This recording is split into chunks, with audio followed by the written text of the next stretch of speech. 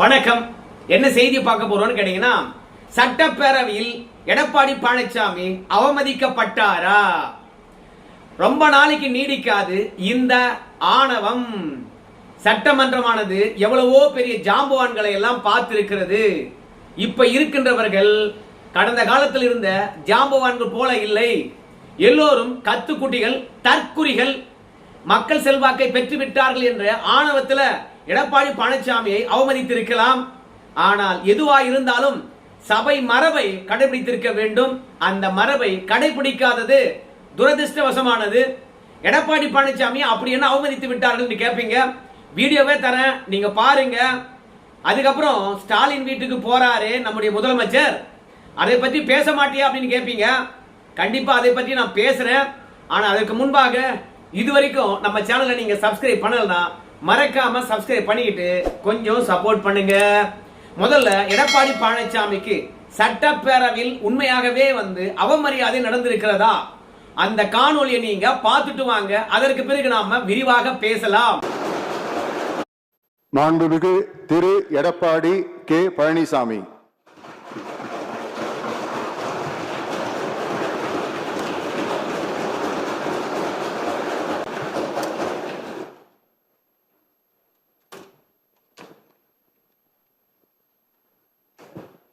சட்டமன்ற பேரவையின் உறுப்பினராக தேர்ந்தெடுக்கப்பட்ட எடப்பாடி கே பழனிசாமி என்னும் நான். எடப்பாடி பழனிசாமி பதவி ஏற்பதற்காக செல்லுகின்றார். எதிரே முதல்வர் விஜய் உட்கார்ந்திருக்கிறாரு. எதிர்த்தரப்பாய் இருக்கக்கூடிய தாவேக சட்டமன்ற உறுப்பினர்களும் அமைச்சர் பெருமக்களும் ஆந்திருக்கின்றார்கள். சபை மரபுபடி எடப்பாடி பழனிசாமி வணக்கம் தெரிவிக்கின்றார். ஆனால் நம்முடைய முதல்வர் விஜய் அவர்களை பொறுத்த வரைக்கும் எடப்பாடி பழனிசாமிக்கு வணக்கம் தெரிவிக்கவில்லை. அவர் ஹாயா இப்படி உட்கார்ந்து இருக்கிறாரு. அதாவது முன்னாள் முதலமைச்சர் என்ற அடிப்படையில கூட வணக்கம் தெரிவித்திருக்க வேண்டும். சபையில வணக்கம் தெரிவித்தால் பதிலுக்கு நாம வணக்கம் தெரிவிக்க வேண்டும். ஆனால் விஜயை பொறுத்த வரைக்கும் வணக்கம் தெரிவிக்கவில்லை. இப்படி வணக்கம் தெரிவிக்காததுக்கு தவேகா சார்பிலிருந்து சில தகவல்களை பகிர்ந்து கொள்கின்றார்கள். என்ன தகவல் என்று சொல்லுகின்ற பொழுது, சட்டப்பேரவைக்குள்ள சபாநாயகரைத்தான் வணங்க வேண்டும், அவருக்கு தான் உரிய மரியாதை தரணும். அதனால விஜயை பொறுத்த வரைக்கும் எடப்பாடி பழனிசாமி வணக்கம் தெரிவித்தால் கூட பதிலுக்கு வணக்கம் தெரிவிக்க முடியாது. எடப்பாடி பழனிசாமி சபைக்கு வணக்கம் தெரிவித்தாரு, சபாநாயகருக்கு வணக்கம் தெரிவிச்சாரு, அவர் முதலமைச்சருக்கெல்லாம் வணக்கம் தெரிவிக்கல. நல்லா வீடியோவை பாருங்க அப்படின்னு சொல்றாங்க. அதோட போச்சுன்னா விஜய் எல்லோருக்கும் வணக்கம் தெரிவிக்கின்றார். அங்க மட்டும் எங்க போச்சு சபை மரபு, சபாநாயகர் மரபு எல்லாம்? அப்ப எடப்பாடி பழனிசாமிக்கு வணக்கம் தெரிவித்திருக்க வேண்டுமா இல்லையா அப்படின்னு சொல்லுகின்ற போதுதான் நம்ம ரெண்டாவதா சொன்னோம் இல்ல, அந்த விடயத்தை சொல்றாங்க. அதாவது தவேகா சட்டமன்ற உறுப்பினருக்கு வணக்கம் தெரிவித்தார் என்று விஜய்க்கு வணக்கம் தெரிவிக்கவில்லை. அதனால்தான் வணக்கம் தெரிவிக்கவில்லை. இல்லைன்னா விஜயை பொறுத்த வரைக்கும் பன்னீர்செல்வத்துக்கு வணக்கம் தெரிவித்தவர் ஏன் எடப்பாடி பழனிசாமிக்கு வணக்கம் தெரிவிக்க போறாரு அப்படின்னு கேக்குறாங்க. எனக்கு தெரிந்து எடப்பாடி பழனிசாமிக்கு வணக்கம் தெரிவிக்காததுக்கு ரெண்டு காரணங்கள் இருக்கலாம் அப்படின்னு சொல்லி நான் நினைக்கிறேன். ஒன்னு, எடப்பாடி பழனிசாமி தான் பிரதானமான எதிரியாக விஜய் கருதுகின்றார். ரெண்டாவது, செங்கோட்டையனை பொறுத்த வரைக்கும் எடப்பாடி பழனிசாமியை பழி வாங்கி ஆகணும், அந்த என்னெல்லாம் பண்ணான் தெரியுமா அப்படின்னு விஜய் கிட்ட போய் புலம்பி இருக்கணும். ஓ, எடப்பாடி பழனிசாமி அந்த அளவுக்கு திமிர் பிடிச்சவனா, அவனுக்கெல்லாம் ஏன் நாம வணக்கம் வைக்கணும் அப்படின்ற விஜயனுடைய எண்ணமா இருக்கலாம். அதனாலதான் விஜயை பொறுத்த வரைக்கும் செங்கோட்டையினுடைய மட்டமான கதை அழைப்பு காரணமாக எடப்பாடி பழனிசாமிக்கு வணக்கம் வைக்கவில்லை. ஆனா நம்ம உதயநிதி ஸ்டாலின் பதவி ஏற்கின்ற பொழுது என்ன நடைமுறையை கடைபிடித்தாரோ அந்த நடைமுறையை எடப்பாடி பழனிசாமியும் கடைபிடித்திருக்க வேண்டும் அப்படின்னு சொல்றாங்க. அவர் என்ன பண்ணாரு சட்டப்பேரவையில் அப்படின்னு சொல்லும் பொழுது உதயநிதிக்கு வணக்கம் தெரிவிக்கவில்லை. ஒரு எதிர்கட்சி தலைவராக இருந்து முதலமைச்சருக்கு வணக்கம் வைத்திருக்க வேண்டும், அவர் வணக்கம் தெரிவிக்கவில்லை. ஏம்பா சபை முடிகின்ற போது பாத்தியா, உதயநிதி ஸ்டாலினை பொறுத்த வரைக்கும் விஜய்க்கு வணக்கம் வச்சாரு, விஜய் எழுந்து நின்று வணக்கம் சொன்னார், பாத்தியா இல்லையா?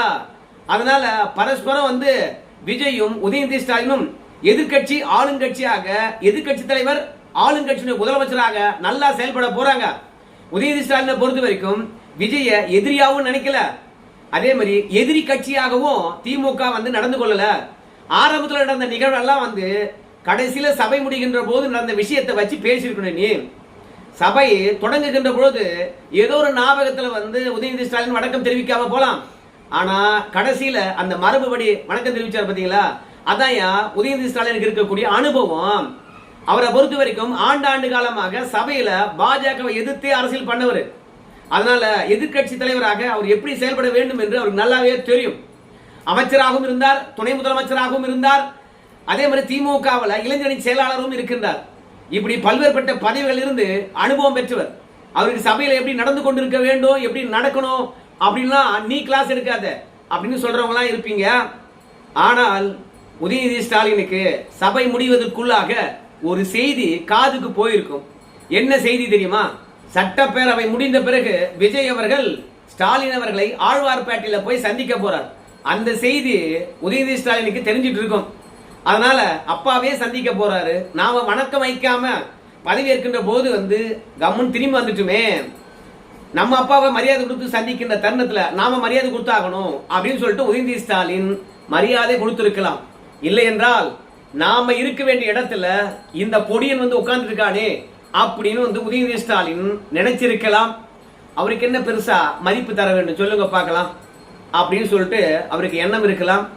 விஜய்க்கு மதிப்பு தரணுமோ இல்லையோ, ஆனால் அரசியலமைப்பு படி அவர் முதலமைச்சர், அந்த பதவிக்கு மதிப்பு தந்துத்தான் ஆக வேண்டும். ஆனா விஜயை பொறுத்த வரைக்கும் உண்மையாகவே சொல்ற ரொம்பவே ஆணவமாகத்தான் இருக்கிறார். அவருடைய நடவடிக்கையும் சரி, அவருடைய செயல்பாடுகளும் சரி நாளுக்கு நாள் மாறிக்கொண்டே வருகிறது. ஒவ்வொருத்தரும் வணக்கம் தெரிவிக்கின்ற பொழுது தான் தேவலோகத்திலிருந்து வந்த தேவ தூதர் அல்லது தேவனே என்று அவர் நினைக்கின்றார். அந்த வணக்கம் தெரிவிக்கின்ற தோரணையும் அவர் அமர்ந்திருக்கின்ற அந்த ஸ்டைலும் ஒவ்வொரு முறையும் புன்னகைக்கின்ற போது புன்னகைக்கின்ற அந்த தோணியும் பார்க்கும் பொழுது இனிய நிரந்தரமாக தமிழகத்துல நான் தான் முதலமைச்சர், எனக்கு தான் மக்கள் செல்வாக்கு இருக்குது அப்படின்ற எண்ணம் மட்டும்தான் இருக்கிறது. ஆனால் இந்த மன்றமானது நாம் ஆரம்பத்திலே சொன்ன மாதிரி பல ஜாம்பவான்களை பார்த்திருக்குது. திமுக கிட்ட இல்லாத பணமும் இல்ல, திமுக கிட்ட இல்லாத மீடியாவும் இல்ல, திமுக கிட்ட இல்லாத ஆட்களும் இல்ல, திமுக கிட்ட இல்லாத ஸ்ட்ராட்டஜியும் இல்ல. ஆனா அப்படி ஏகப்பட்டவை இருந்தும் அவர்களையே மக்கள் தோக்கடிச்சிருக்கிறாங்க. அதனால விஜயை பொறுத்த வரைக்கும் ஏதோ சினிமா மோகத்தினால வெற்றி பெற்று விட்டார். தவறான புரபகண்டா காரணமாக விஜய்க்கு ஒரு ஓட்டு போட்டு பார்ப்போம், மாற்றம் வரட்டும் அப்படின்றதுக்காக ஓட்டு போட்டிருக்காங்க. ஆனால் 5 ஆண்டு காலம் ஆட்சி முடிகின்ற பொழுது பல காட்சிகள் மாறும். எப்போதும் பதவி நிரந்தரம் அல்ல. ஜெயலலிதா விட ஜாம்பவான் சட்டப்பேரவையில் பார்க்கவே முடியாது. எம்ஜிஆரை விட தொடர்ந்து 3 முறை வெற்றி பெற்றவர்கள் யாராலும் பார்க்கவே முடியாது. ஹாஸ்பிட்டலுக்கு இருந்துகிட்டு வெற்றி பெற்றவர் எம்ஜிஆர். ஏன் எம்ஜிஆரை குறிப்பிடுகின்றேன் என்று நினைக்கிறீங்களா? விஜய் சொல்றாரு நான் தான் அடுத்த எம்ஜிஆர். ஏன்னா எம்ஜிஆரும் கட்சி தொடங்கி ஆட்சிக்கு வந்தாரு, நானும் கட்சி தொடங்கி ஆட்சிக்கு வந்துட்டேன், நான் எம்ஜிஆரை மிஞ்சிட்டேன், எம்ஜிஆர் கூட்டணியுடன் வெற்றி பெற்றாரு, நான் தனித்து வெற்றி பெற்றேன் அப்படிங்கிறாரு. எம்ஜிஆர் கட்சியை 54 வருடங்கள் கொண்டு போய் சேர்ப்பதற்கு உதவி இருக்கின்றார். அடுத்தடுத்த தேர்தலில் வெற்றி பெற்றார். விஜய் அவர்களே, அடுத்த தேர்தலில் உங்களுடைய செல்வாக்கு என்ன என்று நம்ம பார்க்கலாம். அது உள்ளாட்சி தேர்தலாக இருக்கலாம், நாடாளுமன்ற தேர்தலாக இருக்கலாம். ஆனா அனுதினமும் செய்திகள் வருகிறதெல்லாம் பார்க்கும்போது ஒரு மாசம் கூட உங்களுக்கு நல்ல பேர் இருக்காது. ஊடகம் இன்னைக்கு புதுசா பதவி ஏற்றிருப்பதனால விஜய் விஜய் என்று பின்னாடியே வரலாம். ஆனால் இதே ஈர்ப்பும் இதே ஆர்வமும் இதே முன்னுரிமையும் ஊடகம் தொடர்ந்து கொடுக்கும் அப்படின்னு நினைக்க வேண்டாம். ஊடகத்துல திமுக சித்தாந்தம் கொண்ட வந்தா உட்கார்ந்துருக்கான். இன்னைக்கு சேலமா இருக்கலாம், இன்னைக்கு தருமபுரியா இருக்கலாம். என்ன படுகொலைகள் நடந்திருக்கு தெரியுமா? 2 இளைஞர்களை சேலத்துல எரிச்சே கொண்டு இருக்காங்க. இன்னும் 2 பேர் 3 பேரால படுகொலை செய்யப்பட்டு படுகொலை செய்ததை வீடியோ எடுத்து சமூக வலைதளத்துல போட்டிருக்காங்க. அது மட்டும் இல்ல, தவேக ஆட்சிக்கு வந்த உடனே 10 ரூபா வாங்க நின்று போச்சா? எங்கோ ஒருத்தர் போய் தவேக ஆட்சி வந்துச்சு, 10 ரூபாய் நீ வாங்கக்கூடாது என்று சோசியல் மீடியாவில் ஒரு வீடியோ எடுத்து போட்ட உடனே மற்ற டாஸ்மார்க் எல்லாம் பாத்தீங்கன்னா 10 ரூபா வாங்குறேன்னு அர்த்தமா? அதனால இந்த தவேகா திமுக வீழ்த்து விட்டு ஆட்சி கட்டலுக்கு ஏறின பிறகு கூட எதுவும் புதுசா மாறிவிடவில்லை. அதாவது இந்த தவேகாவுடைய சட்டமன்ற உறுப்பினராக இருக்கிறவர் கடந்த காலங்களில் போக்குவரத்து நெரிசலுக்கு எவ்வாறெல்லாம் இடைஞ்சல் பண்ணியிருக்கிறார் அப்படின்ற வீடியோ எல்லாம் வெளியா இருக்குது. உங்க ஆளுங்க குடிச்சு புட்டு ஆடுறதெல்லாம் இன்னைக்கு சமூக வலைதளத்தை வந்திருக்கு. பதவி ஏற்று 2 நாள் ஆகல, இந்த தவேக ஆட்சியில 16 குற்றங்கள் பதிவாயிருக்கிறது. எல்லாமே கஞ்சா, கொலை, கொள்ளை, வழிப்பறி, கற்பழிப்பு என்று சொல்லிட்டு 16 நிகழ்வுகள் இன்னைக்கே நடந்திருக்கிறது. கலைஞர் செய்திகளை போய் பாருங்க, இல்ல சன் டிவி செய்திகளை போய் பாருங்க. மற்ற செய்தியெல்லாம் விஜயை தூக்கி பிடிக்கலாம். அதனால எடப்பாடி பழனிசாமி வயசுல மூத்தவர், நீண்ட அனுபவம் பெற்றவர், 6-7 முறைக்கு மேலாக சட்டமன்றம் வந்திருக்கிறாரு. அவர் முதலமைச்சராக இருந்திருக்கின்றார். அவர் மாதிரி முதலமைச்சராக இருக்கின்ற தருணத்துல விஜய் அவர்கள் எந்த விதமான சோதனையும் இதுவரைக்கும் சந்திக்கல. அவர் கொரோனாவையும் பார்த்தவர், புயலையும் பார்த்தவர், மழையும் பார்த்தவர், பெரு வெள்ளத்தையும் பார்த்தவர். அதனால அந்த ஆள் மாதிரியான அனுபவசாலி யாரும் இருக்க மாட்டாங்க. ஒரு கழகம் வளர்ச்சி அடைவதும் திமுகவுக்கு ஆதரவா இருக்கணும், கொஞ்சம் பார்த்து செய்யுங்க அப்படின்னு கையெடுத்து கும்பிட்டு உங்களை தான் எதிர்பார்த்து காத்துக்கிட்டு இருந்தேன். நீலம் பண்பாட்டு மையத்துடைய யூடியூப் சேனலா வாங்க வாங்க அப்படின்னு எந்த சேனலுக்கு பேட்டியளிக்க மாட்டேன்னு சொன்னாரோ அந்த சேனலை கூப்பிட்டு பேட்டியளிச்சார். காலம் மாற்றம் என்பது விரைவாக நடந்துகிட்டே இருக்குது. விஜய் நிரந்தரமான முதல்வரும் இல்ல, நிரந்தரமா இருக்க போறதும் இல்ல. காலம் எல்லாவற்றுக்கும் பதில் வச்சிருக்குது. ஏன்பா விஜயை பார்க்க முதலமைச்சர் போறாரு, அதை பத்தி பேசலையா அப்படின்னு சொல்லும் போது, நம்ம விஜய் அவர்கள் முதலமைச்சரை ஏன் போய் பார்க்க போறாரு அப்படின்றதுக்கு ஒரு தனிய வீடியோ நாளைக்கு நான் தரேன். ஆனால் ஆட்சியை காப்பாற்றணும் இல்ல, ஆட்சிக்கு என்னப்பா பிரச்சனை அப்படின்னு கேட்பீங்களா? அதுக்கு நாளைக்கு ஒரு முக்கியமான வீடியோவை ரிலீஸ் பண்றேன். அப்ப தெரியும் பதவியேற்று 2 நாள்ல எதற்காக ஸ்டாலின் வீட்டுக்கு போனாரு நம்ம முதலமைச்சர் அப்படின்றத நீங்க புரிஞ்சுக்கலாம். அதனால என்னை பொறுத்த வரைக்கும் ஸ்டாலினை போய் முதலமைச்சர் விஜய் அவர்கள் ஏன் சந்திக்கிறான்றதுக்கு சுருக்கமா சொல்ல போனோம்னா, உங்களுடைய ஆட்சியை தான் நான் நடத்திட்டு இருக்கேன். நீங்க கடந்த ஆட்சியில என்னவெல்லாம் பண்ணீங்களோ அதெல்லாம் நான் அப்படியே தான் தொடர்ந்து கொண்டு இருக்கின்றேன். நான் முதலமைச்சராக பதவி ஏற்கின்ற பொழுது கடவுள் மீது ஆணையாக என்று சொல்லி பதவியேற்றேன். ஆனா உங்க கூட்டணி கட்சிகளை பொறுத்த வரைக்கும் என்ன கூட சேர்ந்தாங்க. அவங்க உளமாற உறுதி ஏற்குன்னு சொல்லுங்க, கடவுள்லாம் வேணான்னாங்க. நான் என்னுடைய நம்பிக்கைப்படி நெத்தியில குங்குமம் வச்சிருந்தேன். சிறுபான்மையர் நம்ப மாட்டாங்கன்னு சொன்னாங்க, குங்குமத்தையும் எடுத்துட்டேன். எவர் எல்லாரும் வேட்டி கட்டிட்டு இருந்தாங்க, நான் கோட்டு போட்டுட்டு வந்திருக்கேன். உங்க எல்லாருக்கும் தெரியும் கோட்டுலாம் யார் போடுவாங்கன்னு சொல்லிவிட்டு. அதனால நம்மளை பொறுத்த வரைக்கும் நீங்க 8 இருந்து கை காட்டுங்க எஜமா, காலில் விழுந்து வேலை செய்யற எஜமா அப்படின்னு சொல்லிட்டு வரதுக்காக தான் விஜய் போறார் பொழுது.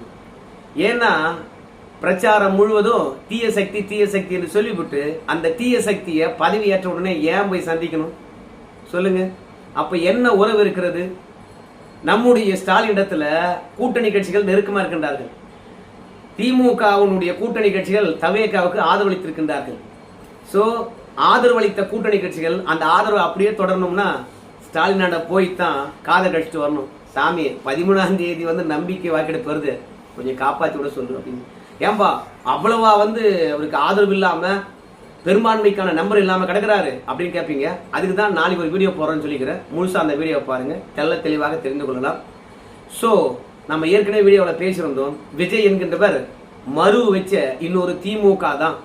அதிமுகவை அழிக்க பார்க்கிறாரு செங்கோட்டையனும் சேர்ந்துக்கிட்டு.